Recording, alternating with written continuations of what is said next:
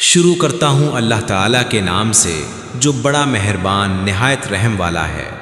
اپنے بہت ہی بلند اللہ کے نام کی پاکیزگی بیان کر، جس نے پیدا کیا اور صحیح سالم بنایا، اور جس نے ٹھیک ٹھاک اندازہ کیا اور پھر راہ دکھائی، اور جس نے تازہ گھاس پیدا کی پھر اس نے اس کو سکھا کر سیاہ کوڑا کر دیا۔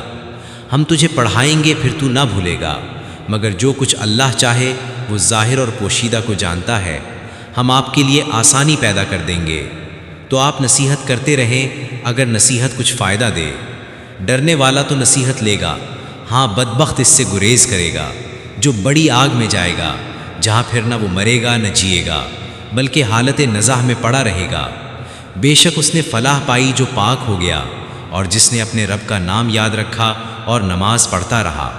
لیکن تم تو دنیا کی زندگی کو ترجیح دیتے ہو، اور آخرت بہت بہتر اور بہت بقا والی ہے۔